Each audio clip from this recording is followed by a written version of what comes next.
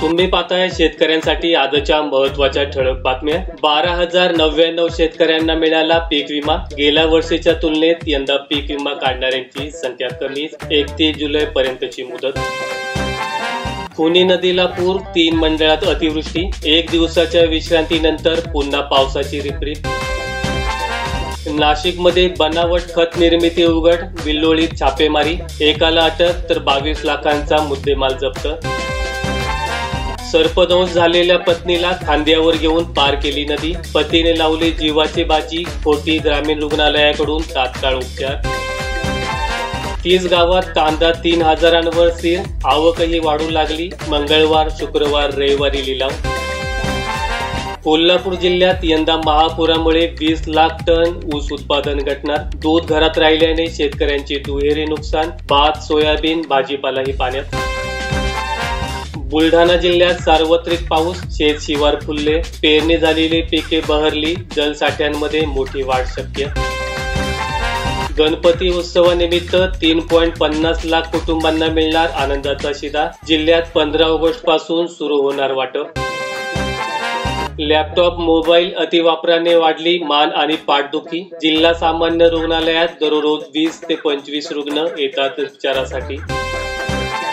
पोलिसांच्या हस्तक्षेपामुळे चुकारा प्रकरण थंडवले। मका, सोयाबीन व कापूस खरेदी चुकाऱ्यावरून शेतकऱ्यांचा गदारोळ।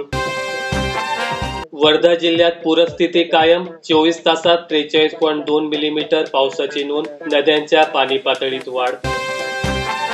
शेतकऱ्यांना थकीत पीक विम्याचे पैसे द्या, माजी आमदार राहुल बोंद्रे यांची मागणी। चिखली तहसीलवर धडकला काँग्रेसचा मोर्चा।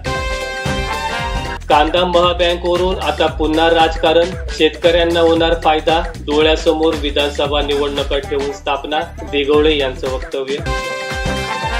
7.5 HP पर्यंतच्या शेती पंप ग्राहकांना एप्रिल पासूनची वीज मोफत। राज्य सरकारची मुख्यमंत्री बळीराजा मोफत योजना, अध्यादेश जारी।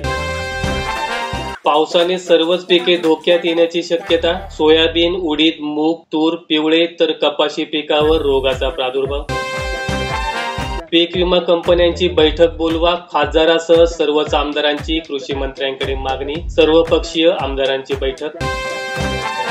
शेतकऱ्यांना सरसकट पीक कर्ज माफ करा, संततधारेमुळे शेतकरी चिंतित। शेतकऱ्यांनी दिले तहसीलदार राजेंद्र इंगळे यांना निवेदन। अज्ञात रोगाने संत्रा फळांची गळती, 15,000 हेक्टरवरचे संत्रा पीक बुरशीजन्य रोगाच्या विळख्यात। तातडीने उपायांची गरज। पैठण तालुक्यात रेशनचे धान्य मिळेना, प्रशासनाला निवेदन। रेशन दुकानदार त्रस्त, ई-पॉस मशीनमुळे अडचणी वाढल्या। दमदार पाऊस न झाल्याने केळी धोक्यात, लाखोंचा खर्च वाया जाण्याची भीती। केळी पिकास 12 माही पाण्याची गरज। माहिती आवडल्यास व्हिडिओला लाईक करून चॅनल सबस्क्राईब करा। धन्यवाद।